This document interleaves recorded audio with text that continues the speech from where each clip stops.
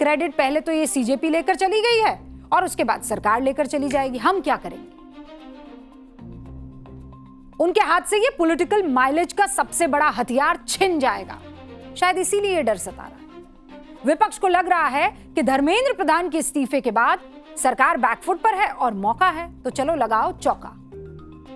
अरे तो बुनाइए ना, कौन मना कर रहा है? पर ऐसे थोड़ी कि आप काम नहीं होने देंगे। संसद की कार्रवाई टल रही है लगातार।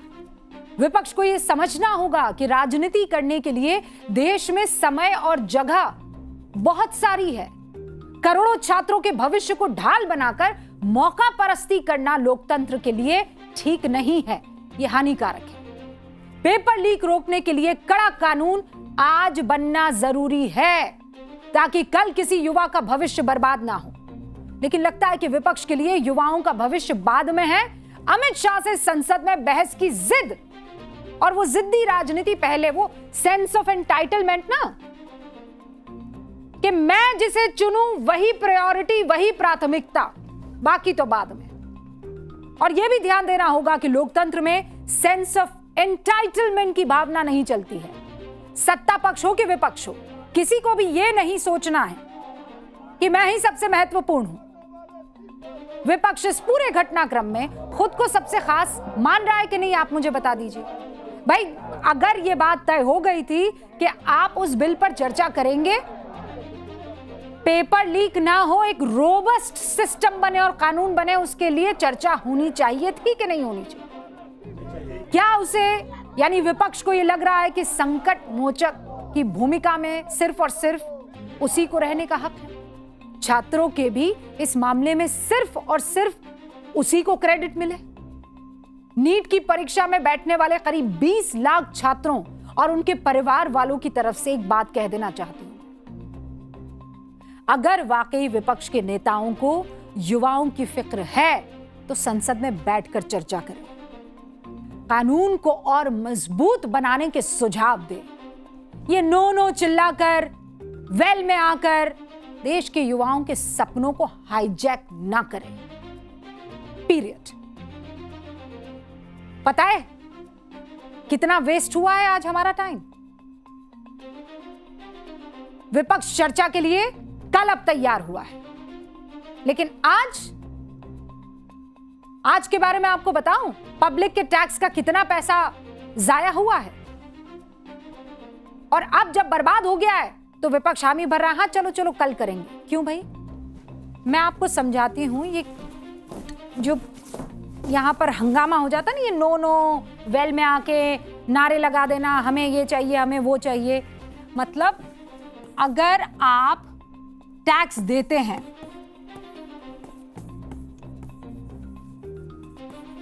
टैक्स पेयर का पैसा है ये, याद रखिएगा, ठीक है? और ये क्या हो रहा है? ये हो रहा है बर्बाद हो रहा है। बर्बाद। इस शब्द को याद रखिए। आज आपको पता है लोकसभा कितना मिनट चली है? कोई बता सकता है? गैस कीजिए कितनी चली होगी लोकसभा? लोकसभा चली है केवल 21 मिनट। चलनी कितनी थी पता है आपको? चलनी चाहिए थी पूरा दिन, कम से कम 6 घंटे, कम से कम। लेकिन चली कितनी? 21 मिनट। अब आप आइए राज्यसभा, गैस कीजिए राज्यसभा कितना मिनट चली हो? 20 मिनट 16 मिनट चली। दोनों सदनों को कम से कम कितना चाहिए था? अगर ये भी 6 घंटे, ये भी कम से कम, अरे कम से कम इसे 12 घंटे चलना चाहिए था। कम से कम 12 घंटे चलना चाहिए। संसद को चलने के लिए एक दिन में कितना खर्च होता है जानते हैं आप? लगभग, मतलब संसद का एक दिन का खर्च, गैस कीजिए और ये सब आपका पैसा है, संसद का एक दिन का खर्च नहीं गए सर पाए। चलो अब बताओ कितना हुआ? 18 करोड़। इतना अब जरा इसको मिनट में डाल देंगे तो कितना आएगा? 1 मिनट में लगभग 2.5 लाख। इस हिसाब से आज आपको पता है क्या हुआ? इस हिसाब से 17 करोड़ रुपए से ज्यादा बर्बाद हो गए। कितने? 17 करोड़ बर्बाद। और ये पैसा किसका है? आपका और हमारा, टैक्स पेयर्स का पैसा। और ये सब क्यों हुआ? क्योंकि भाई विपक्ष को लगता था ना ना ना ये मुद्दा नहीं, हमें तो मुद्दा चाहिए दूसरा। दूसरा कौन सा? कि अमित शाह आए और जरा बताइए बर्बरता क्यों हुई है। नहीं, बात सही है, बात सही है। अमित शाह को आकर और बर्बरता पर जवाब देनी चाहिए, गृह मंत्री हैं वो।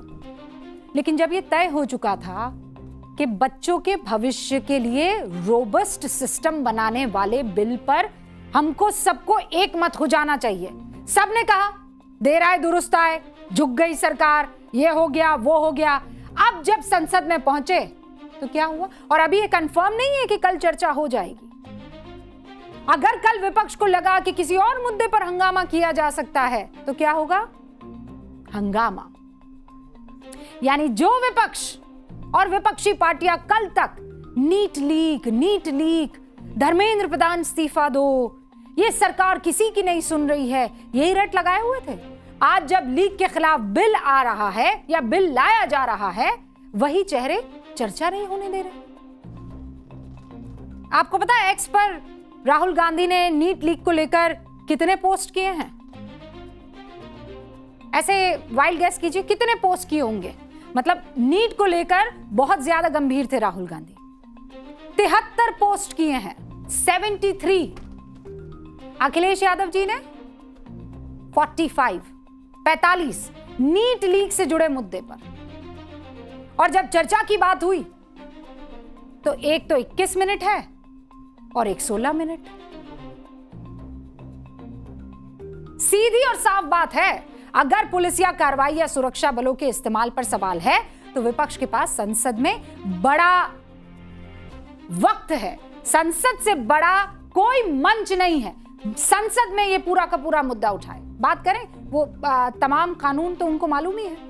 संसद के पटल पर सरकार को कटघरे में खड़ा किया जाए, तीखे सवाल पूछे जाए, जवाब तय होने चाहिए। राजनीति अपनी जगह हो सकती है, लेकिन ये छात्रों पर कार्रवाई का विरोध, and then please don't be a hypocrite. हमें तो नींद नहीं आ रही है, हमारा तो चैन लुट गया है, हम तो बच्चों को देखकर एकदम परेशान हो रहे हैं, हलक से पानी नहीं उतर रहा है। और जब आपको मौका मिले तो नारेबाजी, हंगामा, संसद नहीं चलने देना। दोनों चीजें कीजिए ना संसद में एक साथ, और शांति से कीजिए, ना कि एक मुद्दे की बलि देकर दूसरे पर सियासत। यह तरीका ठीक नहीं है। और यही वजह है कि सरकार इस संशोधन बिल को सिर्फ एक कानून नहीं बल्कि आने वाली बड़ी परीक्षा तैयारियों का सुरक्षा कवच बता रही है। अगले 2 साल में, सुनिएगा गौर से, ये सब आपके लिए भी और तमाम बच्चों के लिए, अगले 2 साल में इस देश में 100 से ज्यादा परीक्षा होने वाली हैं। और देश की 4 बड़ी एजेंसियां इन परीक्षाओं को कराएगी। कितनी हो रही है? 100 से ज्यादा परीक्षा। कितनी बड़ी बड़ी एजेंसियां लगी हुई हैं? लगभग 4। जिस एनटीए के अंडर में ये नीट की परीक्षा लीक हुई है, उसी एजेंसी को आने वाले 2 सालों में 30 से ज्यादा एग्जाम कराने हैं। कितने? 30 से ज्यादा एग्जाम। देश की सबसे भरोसेमंद एजेंसी यूपीएससी एक साल में करीब 27 एग्जाम कराएगी, यानी, और कराती है। यानी 2 साल में 54 परीक्षा यूपीएससी को अरेंज करानी है, और एसएससी को भी एक साल में कितनी? 15 से ज्यादा परीक्षा, लगभग 30। यानी 2 साल में इसका आंकड़ा अगर आप जोड़े 2 साल में, एक साल में 15 तो 2 साल में कितनी होगी? 30 के पार जाना है। ऐसे ही रेलवे रिक्रूटमेंट बोर्ड यानी आरआरबी साल में 10 से ज्यादा एग्जाम कराता है। आने वाले 2 सालों में ये कितनी हो गई? 20 से ज्यादा। यानी लाखों नहीं बल्कि करोड़ों अभ्यर्थी इन परीक्षाओं में शामिल होंगे। इनके लिए एक कड़ा बंदोबस्त होना चाहिए कि नहीं होना चाहिए?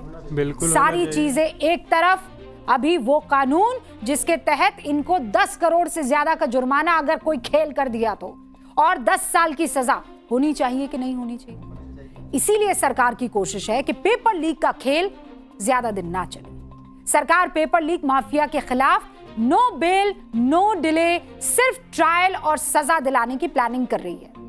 आई ना दबाव में जेनजी के, और इसीलिए इतना कड़ा कानून जेनजी ने वो कर दिखाया जो ये तमाम विपक्षी पार्टियां नहीं कर पाई। इसीलिए सरकार देखिए नो बेल नो डिले, सिर्फ ट्रायल और सजा, और स्पेशल कोर्ट में 3 महीने में सबका सब निपटारा हो जाना चाहिए। आपको पुराने और नए कानून में फर्क भी समझ लेना चाहिए। और ये पुराने और नए कानून में कितने साल का अंतर है? अगर आप न्यूज़ की पाठशाला के सदस्य हैं और व्यूअर हैं तो आपको पक्का पता होगा। 2024 से पहले कोई कानून था? नहीं था। स्पेशली पेपर लीक को लेकर 2024 से पहले कोई कानून नहीं था। तो अंतर कितना है? 2 ही साल का है। किसी भी केस में पहले जांच होती, फिर चार्जशीट फाइल होती और उसके बाद कोर्ट में सुनवाई। अभी तक जो कानून देश में काम कर रहा है वो ऐसे ही है, और उसके लिए जांच की कोई समय सीमा नहीं है। चार्जशीट जब होगी दाखिल, जब होगी। लेकिन ये जो नया एक्ट है ना, इसके तहत 2 महीने के अंदर जांच पूरी करनी है। 2024 में जो कानून बना उसमें केस की सुनवाई के लिए कोई खास समय सीमा नहीं थी। लेकिन ये जो नया एक्ट आया है ना, जो साइन होगा, पटल पे रखा जाएगा, चार्जशीट दाखिल होने के 3 महीने के अंदर सुनवाई को पूरी करना है। पुराने कानून में फास्ट ट्रैक कोर्ट का कोई प्रावधान नहीं था, लेकिन आज लोकसभा में जो बिल पेश हुआ उसमें राज्य विशेष फास्ट ट्रैक कोर्ट बना सकेंगे। लोक परीक्षा 2024 में कोर्ट में सुनवाई का तरीका सामान्य न्यायिक प्रक्रिया के तहत होता था, लेकिन इस नए एक्ट में रोजाना सुनवाई जरूरी है। पहले क्या था? जांच के लिए स्पेशल टास्क फोर्स यानी एसटीएफ का कोई प्रावधान नहीं था। अब केंद्र सरकार कई राज्यों में फैले मामलों के लिए विशेष एसटीएफ बना सकी। पुराने कानून में संगठित पेपर लीक पर 5 से 10 साल तक की जेल और कम से कम 1 करोड़ रुपए का जुर्माना, ये तो आपको मालूम ही था। लेकिन नए नियम में क्या है? सजा और जुर्माना दोनों कड़ा है। नए में क्या है? अधिकतम 10 साल और 10 करोड़ रुपए तक का जुर्माने का प्रस्ताव। अब इसी को तो आपको कानून बनाना है। 2024 के कानून में बदलाव करके सरकार का मकसद सरकारी और दूसरी महत्वपूर्ण परीक्षाओं में पेपर लीक, नकल, किसी भी तरह की धोखाधड़ी को रोकना है। यह कानून केंद्र की तरफ से कराई जाने वाली तमाम परीक्षाओं पर लागू होगा। अगर कोई राज्य सरकार चाहे तो इन कानून को अपने राज्य में लागू कर सकती है। चाहे तो क्या, करना ही चाहिए। सरकार जो कानून लेकर आई है वो कहां लागू होगा? अब मैं आपको बताती हूं कहां लागू होगा। सबसे पहले तो मतलब